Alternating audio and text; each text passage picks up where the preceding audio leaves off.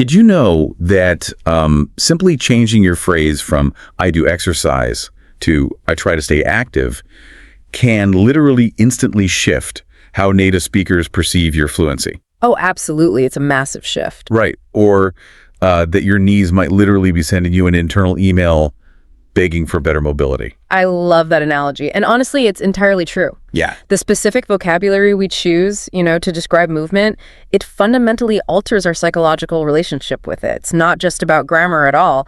It's about identity. So true. So in today's deep dive, we're going to completely transform how you talk about movement, effort, and your daily habits in English. We really are. We're going to master exactly 6 advanced vocabulary words, practice 6 native speaker phrase transformations, and uncover 1 massive shift in how you build habits. So that's a total of 13 crucial learning points today. Which is a lot, but we'll get through it. Welcome to this English learning deep dive for daily life, real conversation and easy listening practice. Yes, welcome. And if you are an ambitious English learner, whether you are aiming for B1 firmly in B2, or even if you're an A2 learner who is aggressively trying to level up. Yeah, we see you guys. Exactly. If you're looking to sound more natural, more nuanced, and just more authentic in everyday conversations, this deep dive is designed exactly for you. Perfectly said. We aren't just, memorizing definitions today. We're really dissecting the pragmatics of how native speakers actually communicate. Right, exactly. And our rule of engagement for today is simple, but it is highly demanding. Oh, yeah. We want you to focus intensely on the mechanics of speaking and listening. We are diving into the deep end of natural, unscripted sounding conversation here, so we will provide the scaffolding, but, you need to do the cognitive heavy lifting today. And trust me, you are going to want to stick with us to the very end of this one. Definitely. Because before we wrap up today, you are going to find out why something as silly as dancing badly in your room is actually the hidden secret to B2 fluency. I know that sounds like a totally bizarre connection right now. It does. It really does. But mathematically and psychologically, I promise, it makes perfect sense. For now, just a quick reminder, do not panic if you don't understand every single syllable right this second. Right. Don't stress. Just allow the context to wash over you. Follow the overarching narrative and actively participate when we analyze the phrases. And I should also mention that for our most dedicated listeners, there is a highly specific linguistic bonus waiting at the very end of our session. Oh, that's a good one. It really is. It's a targeted fix for one of the most glaring, instantly recognizable translation errors that English learners make when describing their bodies after a workout. I hear that error all the time. Okay, let's unpack this. We need to start at the psychological root of the issue, which is the crushing pressure of perfection versus the biological reality of movement. The biological reality is usually a lot less glamorous. So much less. So I have a confession to make, and I suspect a lot of our listeners will relate to this. Some days I feel like my own living room is passing moral judgment on me. Oh, wow. Your living room. Yes. I look at my running shoes sitting in the corner, and they seem deeply disappointed in me. Even my sofa, my deeply comfortable, historically reliable sofa feels like it has become a judgmental sofa. A judgmental sofa. Yeah. It's as if the furniture knows I haven't moved enough, and the sofa is politely but firmly suggesting I rethink my life choices. Well, what's absolutely fascinating here isn't the anthropomorphism of your furniture, though that is pretty amusing, but rather why you feel that specific brand of guilt. Right. Where does it come from? Exactly. It is widely believed by sociologists and fitness historians that modern society pushes an incredibly extreme, highly synthesized version of what it means to move. Yeah, that makes sense. The very word exercise has been culturally hijacked, honestly. We no longer treat it as a biological baseline. It is treated as this highly serious, intimidating, almost moral obligation. Let me push back on that a little bit, though. Isn't exercise supposed to be a serious obligation? I mean, if we don't treat it seriously, nobody will do it, right? That's a fair point, but it's the difference between taking your health seriously and treating the aesthetic of health seriously. Oh, the aesthetic, yeah. Right. When most people hear the word exercise, they don't picture a casual, pleasant walk. They picture a highly curated aesthetic. Perfect, seamlessly matching gym clothes. Oh, always perfectly matching. Exactly. A flawless morning routine where an aggressively cheerful person wakes up at 5 in the morning looking suspiciously refreshed and immediately starts drinking strange green liquids out of a perfectly styled glass jar. Oh my goodness, the highly suspicious green liquids. Right. I don't even know what goes into those. Yeah. Kale, spinach, tears of exhaustion. They look incredibly healthy and deeply questionable at the exact same time. They really do. But that isn't health. That's a performance. And you've hit on something crucial here. We are just bombarded with these extreme before and after versions of people. And psychologically, it traps us in this intense all or nothing mindset. It's toxic. It is. The brain says, well, I don't have the $100 matching gym outfit.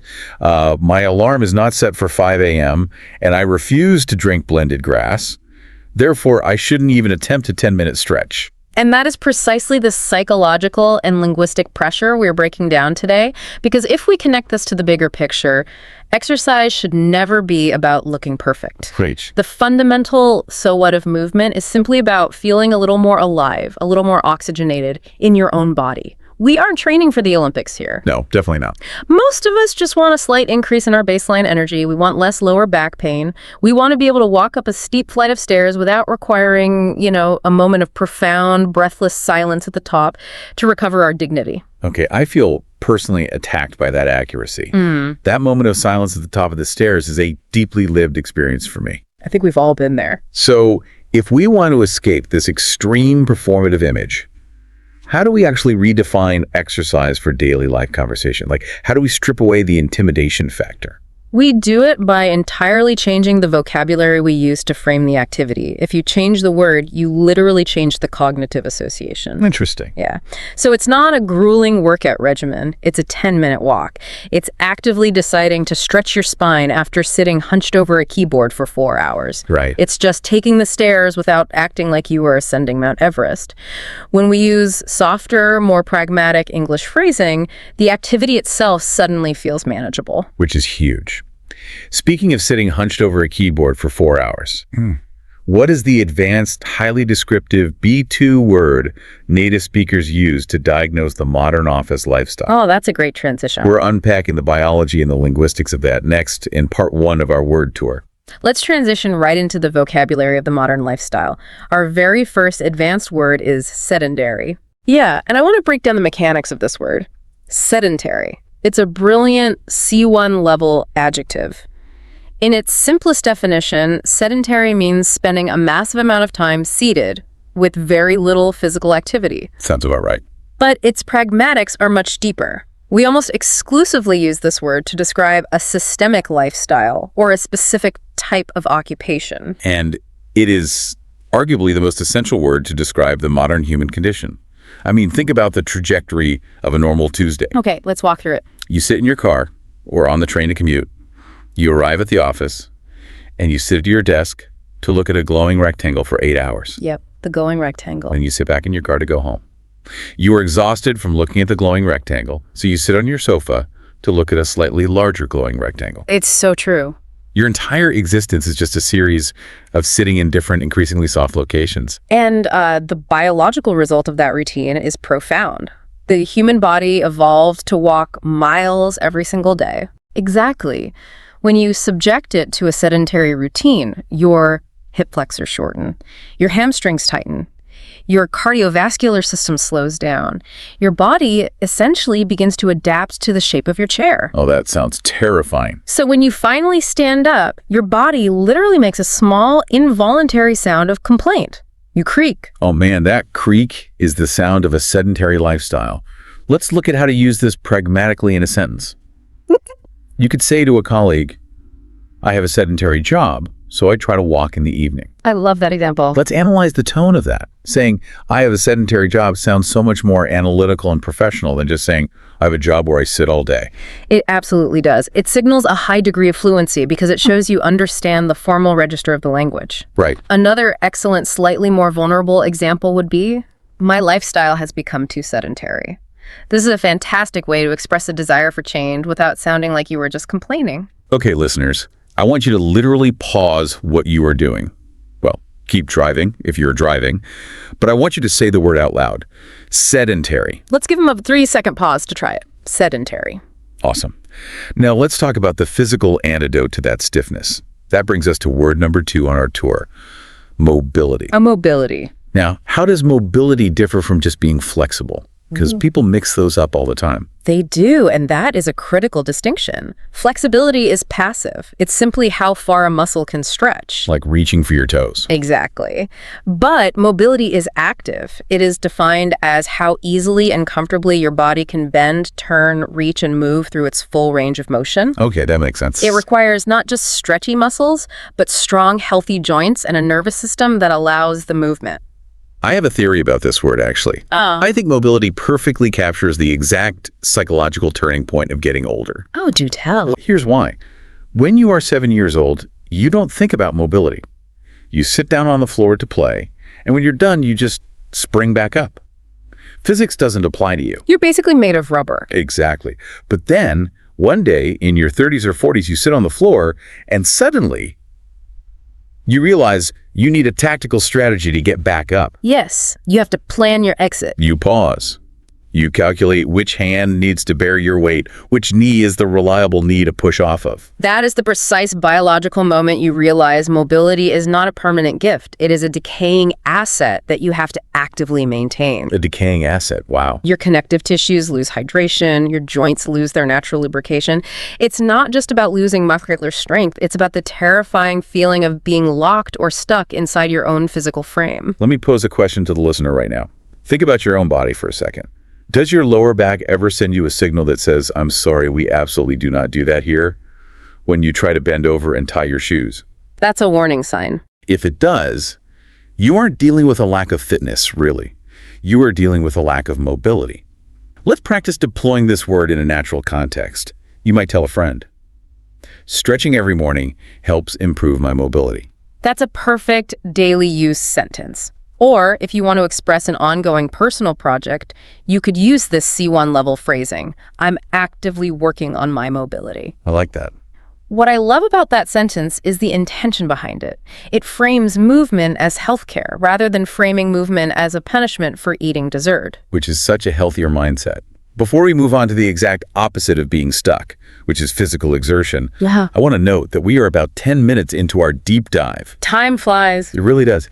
If you are finding these linguistic and psychological breakdowns helpful, please take a second to like, share, and subscribe to support our work. Engaging with the content tells the algorithm to keep bringing these advanced language deep dives directly to you. Yes, please do.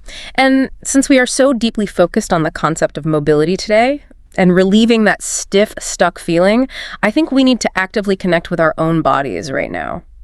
Oh, I love where this is going. When learners are intensely concentrating on translating a second language, they unconsciously hold their breath. You really do. They hunch their shoulders. The cognitive effort literally creates physical tension. So let's do a 30-second guided breathing exercise to interrupt that sedentary stiffness. This is a brilliant idea. The mind-body connection in language learning is rarely discussed. Let's reset the nervous system. All right, wherever you are right now, whether you're commuting, at your desk, or walking, just allow your gaze to soften. I want you to take a deep, deliberate breath in through your nose. Feel your rib cage expand. Nice and slow.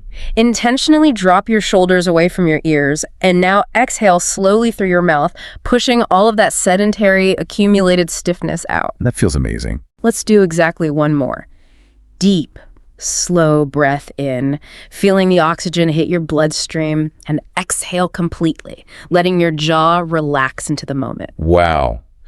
I genuinely didn't realize how much tension I was holding in my neck just from focusing on the microphone. It sneaks up on you. Okay, now that our parasympathetic nervous systems are relaxed, let's swing the pendulum to the other side. Let's talk about the biology and vocabulary of intense physical effort. That brings us perfectly to word number 3 on our word tour. Exertion. E-X-E-R-T-I-O-N. Exertion. Exertion is a fascinating word because it sounds so clinical. It sounds like something a doctor would say, not a personal trainer. And that clinical tone is exactly why it's such a powerful word to master. Exertion means the physical or mental effort required to perform a task. It's the actual physiological process of your body working hard. You know the exact biological markers. Your adrenal glands release adrenaline. Your heart rate spikes to pump more oxygen to your muscles. Your respiratory rate increases, and you might begin to sweat to cool the skin. That entire biological cascade is encapsulated in the word exertion.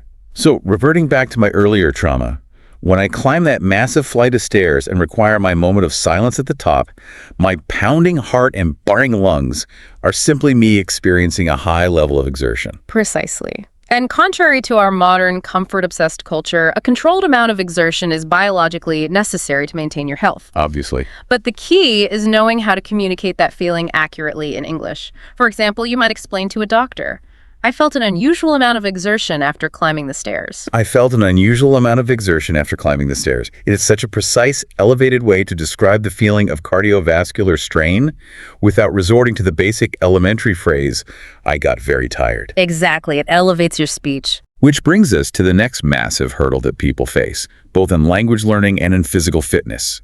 The sheer danger of heroic beginnings. Oh, this is a crucial behavioral concept. We discussed earlier the societal pressure of the perfect 5 a.m. workout. The green juice people. Right, the green juice people. That specific pressure creates a psychological trap. It leads to what behavioral scientists call heroic beginnings. This is when someone, fueled by sudden guilt or sudden inspiration, tries to completely overhaul their entire life on day one. Oh, this is exactly what happened to me with the mystery gym machine. Do tell. Let me introduce word number 4 first, which is an incredibly common advanced phrasal verb, overdo. Specifically, overdo it. Very important phrase. Let me set the scene for my heroic beginning. I hadn't been to a gym in over a year. I walked in on a Tuesday, completely out of the blue, feeling deeply, almost dangerously inspired. Inspiration without a plan is a very dangerous combination. Incredibly dangerous. Because I had no plan, my ego took over. I decided I needed to do absolutely everything. I ran on the treadmill until my lungs burned. I lifted heavy weights. I did squats until my knees actually shook. And then in the corner of the gym, I found this terrifying, complex piece of equipment that I did not understand at all. The mystery gym machine. Every gym has one. It had pulleys and levers, and I had no idea what muscle it was supposed to target. But I strapped myself in and used it anyway. I was giving 100% maximum exertion. And what was the biological consequence of that heroic effort the next morning? Well, the next morning, I woke up, confidently tried to sit down on a standard kitchen chair. And my quadriceps simply said, absolutely not. We are closed for business. They quit on you. I couldn't bend my legs. I had micro tears and muscles I didn't even know existed. I completely overdid it. This perfectly illustrates the mechanism of the phrasal verb. To overdo it means to push a boundary so far past its natural limit that the result becomes entirely counterproductive. Yeah, that's exactly what happened. Starting small isn't a sign of weakness. It's a sign of strategic intelligence. When you overdo it, you cause excessive muscular damage, which requires excessive recovery time, which completely breaks your momentum. Right. The goal of movement isn't to punish your body for being out of shape. The goal is to build a habit your body can mathematically trust. A habit your body can trust. Let's pause on that because it's profound. If you engage in an activity that results in agonizing pain every single time, your brain's evolutionary wiring is going to categorize that activity as a threat. Absolutely. It will actively generate resistance to keep you from doing it again. So let's break down the linguistics of this phrasal verb. Overdo it is the natural, fluent alternative to the clunky phrase, do too much exercise. Let's look at the pragmatics. Yeah. You can use it in the past tense to confess a miscalculation, like, I overdid it at the gym yesterday and now I can barely walk. Or you can use it as a gentle, cautionary piece of advice for a friend who's attempting a heroic beginning. You can say, take your time with the new routine. Don't overdo it. Start slowly. That's a great application. It is such an elegant construction because it combines the prefix over, meaning excessive, with the verb do, meaning the action. Which perfectly sets up the physiological opposite of overdoing it.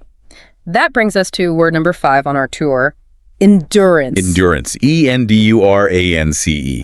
Biologically, endurance is defined as the physical capability of a muscle group to sustain repeated contractions against a resistance for an extended period of time. In plain English, what does that mean? In plain English, it's the ability to keep doing something difficult for a long time without fatiguing quickly. Endurance, the great equalizer. This reminds me of another failed experiment.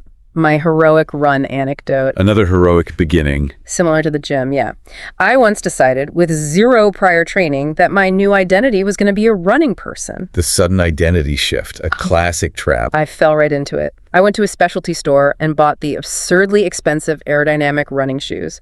I spent a full hour curating a highly specific, intense playlist of aggressive music. As one does. I stepped out of my front door, hit play, and I ran.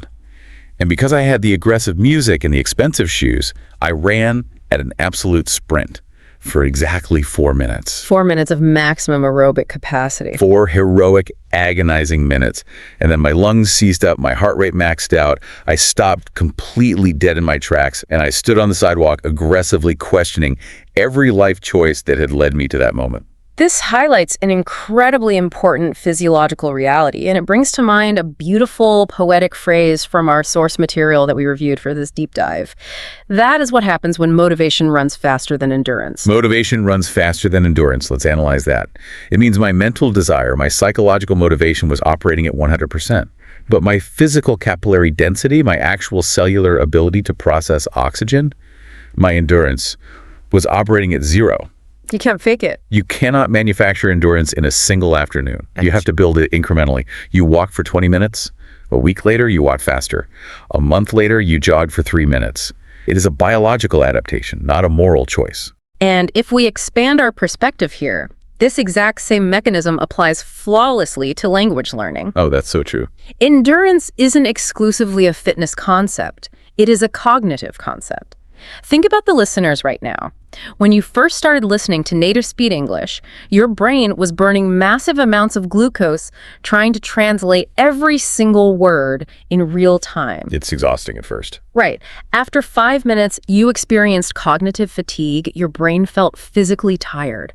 But now you are listening to this highly advanced, fast-paced deep dive, and you are following the narrative effortlessly. You could proudly say, my listening endurance is improving. That is a brilliant linguistic connection. My listening endurance is improving. To all the listeners out there, you are literally building your cognitive endurance at this exact second just by processing our conversation. Absolutely, you are. But here is the critical question. What happens when you do everything right?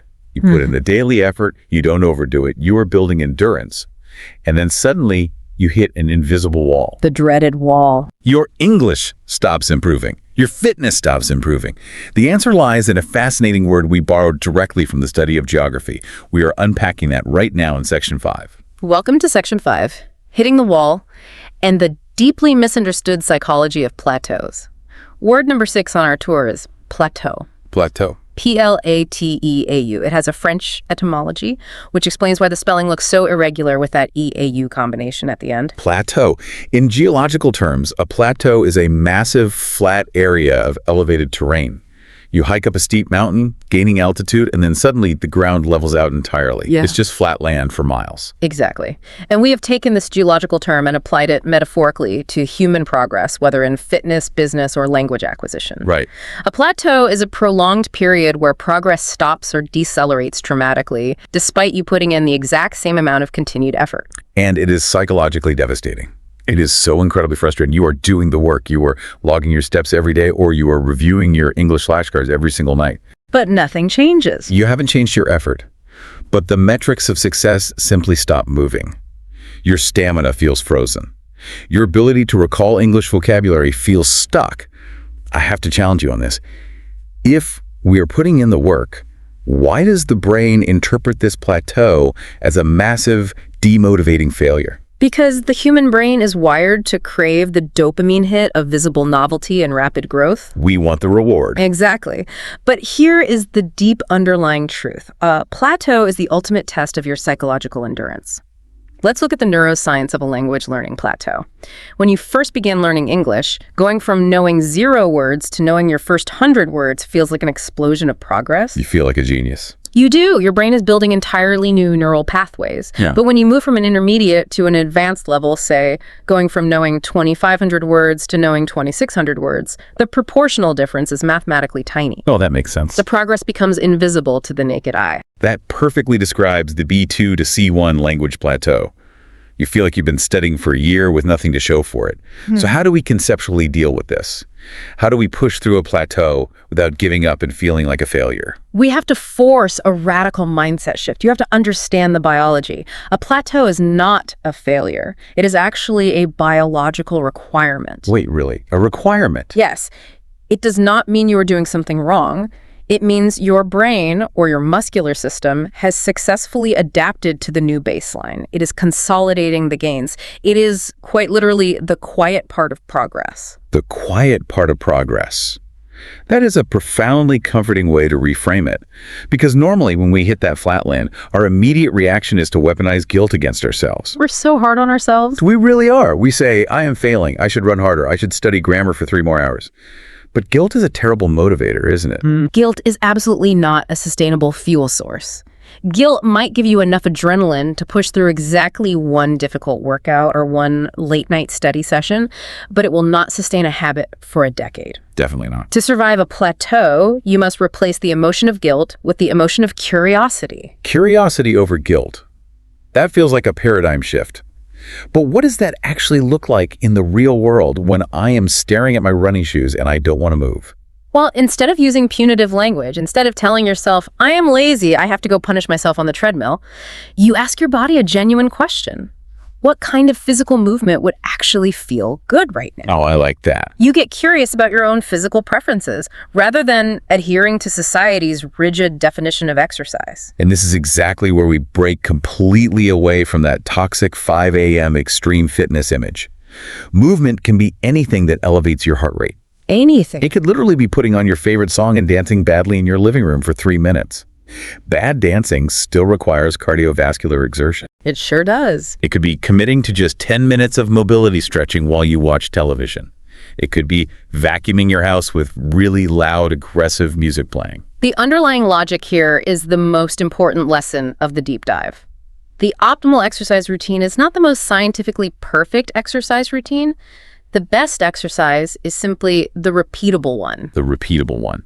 Listeners, let that sink in. Uh-huh. If you inherently hate running on a treadmill, you will eventually find an excuse to stop doing it. Always. But if you genuinely love dancing terribly in your room, you will naturally repeat it. Repetition builds endurance. Endurance beats the plateau. And beating the plateau cures the sedentary lifestyle. It's a complete ecosystem of habit. Now that we fully understand the psychological and biological mindset, it is time to translate these concepts into flawlessly natural English. Welcome to our Say It Better segment, where we focus on native phrase transformations. This is my favorite part. This is where we take those clunky, grammatically correct, but painfully obvious textbook sentences that immediately mark you as a student, and we elevate them into natural daily life English. We are aiming for that B2 and C1 level of conversational polish. Let's begin with one of the most common fundamental sentences we hear from intermediate learners. I do exercise. I do exercise. Look, if you say this, people will understand exactly what you mean. The communication is technically successful. But native speakers almost never structure the thought this way. The word exercise exists as both a noun and a verb. And in native speech, we strongly prefer to utilize it as an active verb. Exactly. Instead of the static phrase, I do exercise, simply convert it to the verb form and say, I exercise. Or, if you want to use a highly common phrasal verb, say, I work out. So let's say you want a softer, more holistic way to describe your entire approach to physical health without sounding like a bodybuilder. You can say, I try to stay active. I try to stay active. I want you to internalize that phrase. Saying, I try to stay active instantly elevates your conversational English to a B2 level because it implies a lifestyle philosophy rather than just a single action. That's a great point. Let's move to the second phrase. Imagine a learner is trying to express that they lack stamina. They might say, I get tired very fast. Again, the meaning is clear, but the vocabulary is slightly elementary. How do we linguistically upgrade this? Well, instead of saying, I get tired very fast, try upgrading the adverb. A native speaker would more likely say, I get tired quickly. That sounds better. However, if you want to frame the situation positively, focusing on the solution rather than the problem, you use our word tour vocabulary and say, I'm trying to build my endurance. Think about the psychological difference there. I'm trying to build my endurance. Sounds incredibly proactive and optimistic. It tells the listener, yes, I struggle with stamina, but I am actively executing a plan to fix it. It's total reframe. Okay, let's look at the third scenario. Let's say you have hit that geological flatland where your progress is frozen. A learner translating directly from their native language might say, my progress stopped. To a native ear, my progress stopped sounds a bit abrupt and unnatural. Instead, deploy the advanced metaphor we just learned. Say, I've hit a plateau. I've hit a plateau. Alternatively, if you want another highly sophisticated option, you can soften the statement by saying, my progress has slowed down. I've hit a plateau. That is a phrase you should write down immediately. Now let's synthesize everything we've learned and put it into practice. Time for a role play. Yes. We're going to perform a behavioral breakdown of a highly typical small talk scenario. Imagine two coworkers standing at the water cooler or waiting for a Zoom meeting to start, discussing their daily habits. I will play the role of partner A, and the expert will play partner B. Listen closely to the rhythm and the vocabulary. I am ready. Let's demonstrate the interaction. You know, I sit for most of the day at this desk. Me too. I have a pretty sedentary routine. Let's analyze what just happened there. Notice how effortless and natural that exchange sounds. Very natural. As partner A, I didn't say, my job requires me to be in a chair. I used a natural colloquial phrase for office life. I sit for most of the day. And partner B immediately responded with conversational empathy, saying, me too, and then seamlessly deployed our C1 vocabulary word to diagnose the situation. I have a pretty sedentary routine. I want you, the listener, to try feeling the rhythm of that response. Imagine a coworker just complained to you about sitting all day. How would you reply using that C1 word? Pause the audio for a second and try saying both parts out loud. It fundamentally changes your perceived fluency when you can organically weave words like sedentary into casual complaints about office life. Absolutely. Practicing both the listening and the verbalizing of these conversational loops is exactly how you train your linguistic muscle memory. You are actively building your speaking endurance. Which serves as the perfect transition to our quick quiz segment. Let's test your comprehension and recall of the complex vocabulary we covered today. Let's see how much cognitive endurance you've maintained over the last hour. I'm going to pose two situational questions based on the exact vocabulary and phrasal verbs we analyzed. I want you to mentally pull the answer, or even whisper it to yourself. Question 1. Imagine you have been studying English or lifting weights for 6 solid months. Suddenly, despite your relentless continued effort, your progress completely freezes. In geographical and metaphorical terms, which P word describes the flatland you have just hit. Think about it. If you instantly thought of the word plateau, your recall is absolutely perfect. You have hit a plateau. Great job. Now, question 2. Let's rewind to the host's traumatic gym experience. Oh, not the mystery machine again. Sorry, we have to go back. You go to the fitness center, you are flooded with motivation, you lift far too many heavy weights on a machine you don't understand, and your muscles are in agonizing pain the next morning. What specific phrasal verb means you push way past your biological limit? If you came up with overdo it, or formulated it in the past tense as overdid it, you completely nailed the concept. Exceptional work. But before we completely wrap up today's deep dive, we want to shift the effort over to you. Passive listening is great, but active usage is where fluency is truly forged. Absolutely. Here is your linguistic assignment. We want to know what kind of physical movement you actually enjoy, or what kind of healthy habit you want to initiate. We want you to actively use one of our advanced word tour words: sedentary, endurance, exertion, mobility, plateau, or overdue, and write your sentence in the comments section. Yes. Tell us the truth. Tell us about your terrible living room dancing, or your quiet evening walks, or your ongoing battle with a highly sedentary corporate office job. We want to read them all. Forcing your brain to construct an original sentence using a new vocabulary word is the absolute best way to prove to yourself that you have moved the word from passive recognition into active mastery. As we bring today's deep dive to a close, if there is only one psychological takeaway you remember, let it be this. Talking about exercise and movement in English does not require you to sound like an aggressive professional fitness trainer.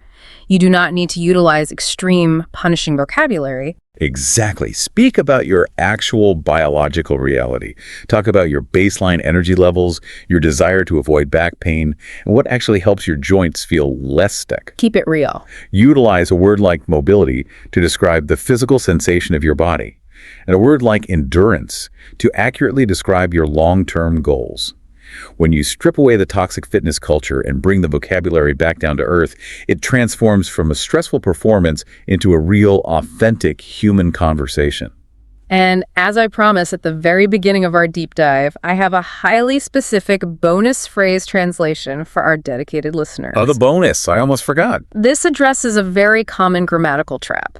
Many English learners, when attempting to describe the physiological aftermath of a hard workout, will literally translate from their native tongue and say, "My body is paining after exercise." My body is paining.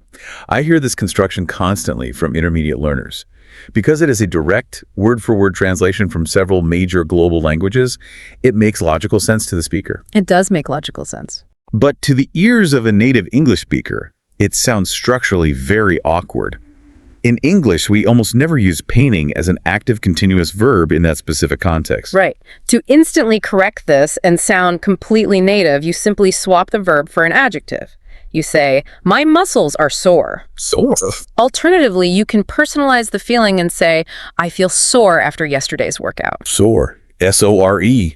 My muscles are sore. It is such a microscopically small linguistic shift, but the pragmatic difference it makes in your perceived fluency is massive. We have covered an immense amount of psychological and linguistic ground today. We journeyed from the guilt of the judgmental sofa to the physiological disaster of the mystery gym machine, and from the biology of sedentary office routines to the neuroscience of building listening endurance. To solidify your commitment today, please write the exact phrase, "I am consistent," in the comment box. I am consistent. Typing that phrase isn't just for us. It is a psychological promise to yourself that you are going to continue building your language endurance one small, repeatable habit at a time. Also, please rate us some feedback and tell us which kind of topic do you want for the next video. We actively read all of your analytical suggestions and rely on them to structure these linguistic breakdowns. We really do. If you found genuine value in this deep dive, please show us some hype, engage with the platform. Furthermore, if you are looking to actively improve your reading endurance to match your listening skills, go to the description box. Check the links. I have provided a specific link there. If you subscribe just once, you will automatically receive a high-level free educational article in your email inbox every single time we publish. It is a fantastic, passive way to force your brain to process written English. And if you enjoyed this podcast, or rather, this deep dive, there are many more available on my channel. Go check them out, build your cognitive stamina, and binge watch your favorites. Take care of yourselves, and perhaps consider taking a gentle 10-minute walk after you finish listening to this. Just remember our golden rule. Don't overdo it. I want to leave you with a final provocative thought to chew on for tomorrow. If physical exercise is truly just a constant, ongoing conversation with your body, what specific message is your body trying to tell you right now that you haven't been willing to listen to? Keep learning, keep moving, and we will catch you in the next one.